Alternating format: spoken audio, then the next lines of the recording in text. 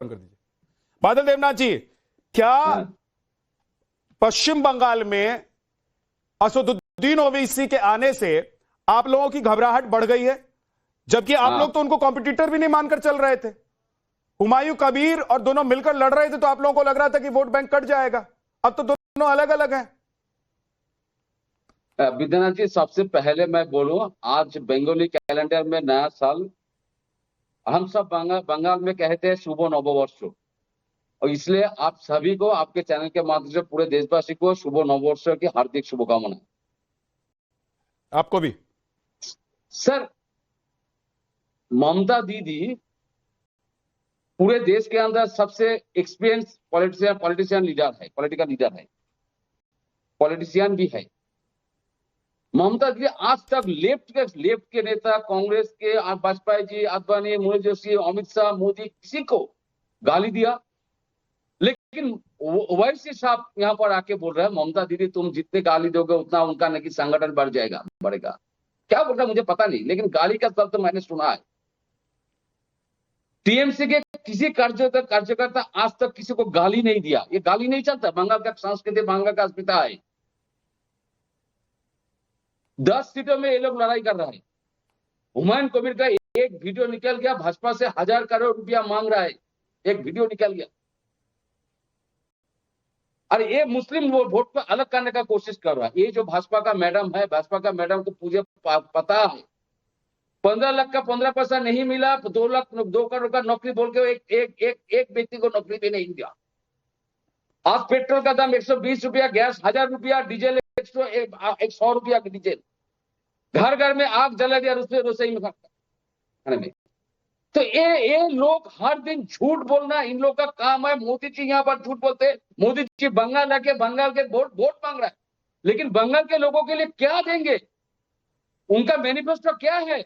अभी तक ना अमित शाह, ना मोदी जी, ना शुभेंदु अधिकारी, ना बंगाल के लीडर कुछ नहीं बताया मोदी जी ने बताया। बीजेपी के मैनिफेस्टो में भी है कि यूसीसी देंगे, यूनिफॉर्म सिविल कोड। पत्र के पहले 6 गारंटी मेक इन इंडिया हुआ, ना और सारी दोहरा देती हूँ अगर आपने सुना नहीं तो। दे दिया, वो भी तोड़ जाती है। भरोसा देंगे आपकी भय की राजनीति के ऊपर उठ जाएगा बंगाल में। 2 लाख सरकारी सिस्टम को जनता के लिए काम करवाएंगे, आपके नेताओं के लिए नहीं। 100 दिनों का काम का पैसा नहीं दिया यूनिफॉर्म सिविल कोड 6 महीने के अंदर बंगाल में आ जाएगा। लेकिन ये बड़ा बातें बोलना जाएगा। मैडम, सबसे बड़ा बात सुन दीजिए, आप लोग अटल बिहारी वाजपेयी, लाल एक बात समझ में नहीं आती है बादल जी, बादल देवनाथ, बीजेपी कहती है घुसपैठिए को भगाएंगे, बीजेपी कहती है घुसपैठिए को भगाएंगे, आप लोगों को दर्द होने लगता है। आप लोग भाई इस देश के हैं, तो आप लोग क्या कैसे? सर मैं पूछ रहा हूं, इस देश के किसी भी नागरिक को जो इस देश में पैदा हुआ है, जो इस देश का है, जो इस देश की मिट्टी में जन्मा है, उसको घुसपैठिए के नाम पर दर्द क्यों ना होने लगेगा? ऐसा लगता है कि घुसपैठिया शब्द आते ही आप लोगों की नब्ज दब जाती है। सर, घुसपैठिया का मतलब क्या है सबसे पहले जानना जरूरी है। वाह, बताइए। और शरणार्थी कौन है?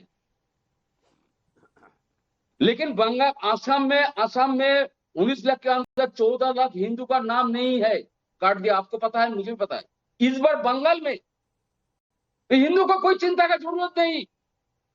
अमित शाह रोज हर दिन हिंदू को कोई चिंता का जरूरत नहीं, लेकिन 60 लाख हिंदू का नाम डिलीटेड हो गया, मुस्लिम 30 लाख। तो ये लोग जब 2024 में लोकसभा चुनाव में जब वोट दिया, मोदी कोई ना कोई तो मोदी जी को वोट दिया, भाजपा का तो कोई ना कोई वोट दिया। मोदी जी प्रधानमंत्री बन गए, कोई मिनिस्टर बने, सुकांत यहाँ से मिनिस्टर बन गए, शुभेंदु यहाँ के विरोधी लीडर बन गए। नंदीग्राम जहां पर शुभेंदु जीता, वहां पर 11,000 के ऊपर लोग हिंदू का नाम नहीं है, तो ये लोग वोट नहीं दिए। इसमें कोई भी लोग भाजपा को वोट नहीं दिया। जल्दी से तो रिजाइन करो, मोदी जी रिजाइन करो। चारू जी बोलिए। झूठ क्यों बोला? और बंगाल में एक भी रोहिंग्या नहीं मिला। रोहिंग्या सारे सवाल आपने पूछ लिए हैं, सुन तो लीजिए। हाँ, चारू जी बोलिए।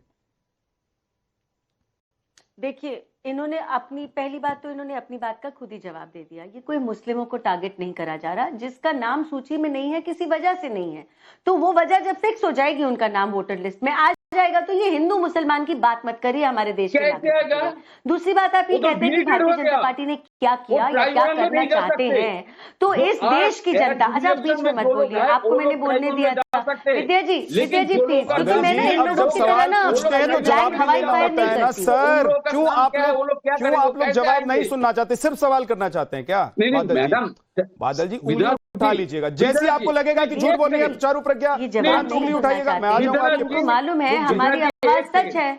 डिलीटेड लोगों का नाम दोबारा आ सकता है। आपके सवालों का जवाब आपको नहीं चाहिए बादल देवनाथ? नहीं चाहिए तो बोलिए, चारू प्रज्ञा को बोलूंगा कि वो बिल्कुल। चुपचाप बैठे, मैं दूसरे गेस्ट पे चला जाऊंगा। चाहिए तो सुनिए वो बोल रही हैं, बोलिए चारू जी।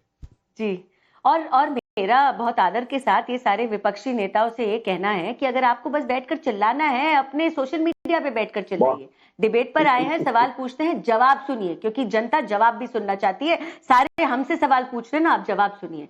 तो जो ये कहता है कि भारतीय जनता पार्टी की सरकार ने देश में क्या किया है या बंगाल में क्या करने जा रही है, आपको याद दिला दूं, मैनिफेस्टो घोषणा पत्र आने से पहले ही मोदी जी ने अपनी 6 गारंटी बता दी थी। और वो 6 गारंटी भी बताने से पहले मैं आपको बता देती हूँ, पहला हमारा वादा है यूनिफॉर्म सिविल कोड आएगा 6 महीने के अंदर। उसके बाद जो आपने भय की राजनीति फैला रखी है, भय की जगह भरोसा आएगा। आज पुलिस से लोग डरते हैं।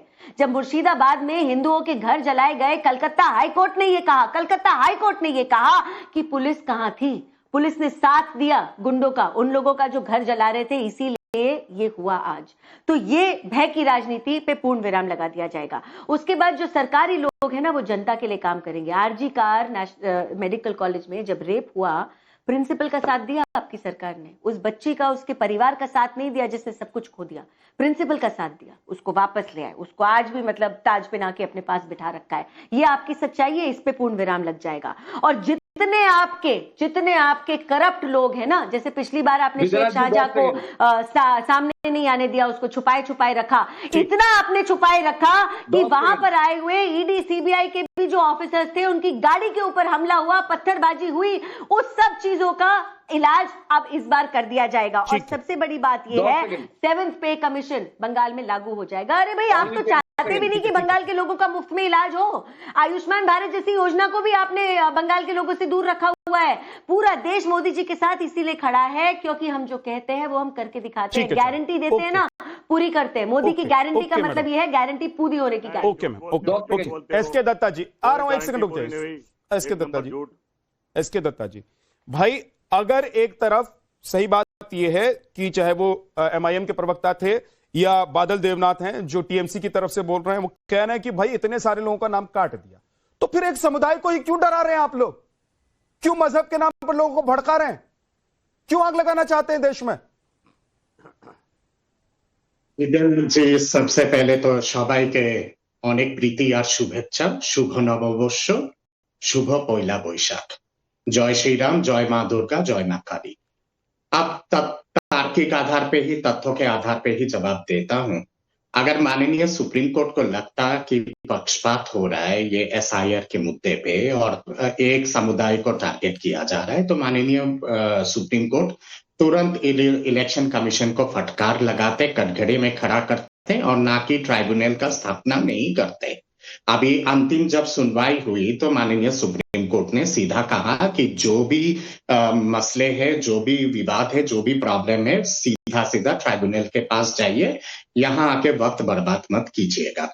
दूसरी बात यहाँ पे ये है कि आप हाल फिलहाल में जब जुडिशियल ऑफिसर्स के ऊपर जब आक्रमण हुआ मालदा में, उसके बाद माननीय सुप्रीम कोर्ट का और चीफ जस्टिस ऑफ इंडिया का क्या टिप्पणी रहा है कि देयर इज कंप्लीट लॉलेसनेस इन बंगाल, और इतना ज्यादा पोलराइजेशन और इतना ज्यादा राजनीतिक द्वेष किसी भी प्रदेश पे नहीं है। और इशारा बिल्कुल क्लियर था माननीय सुप्रीम कोर्ट का।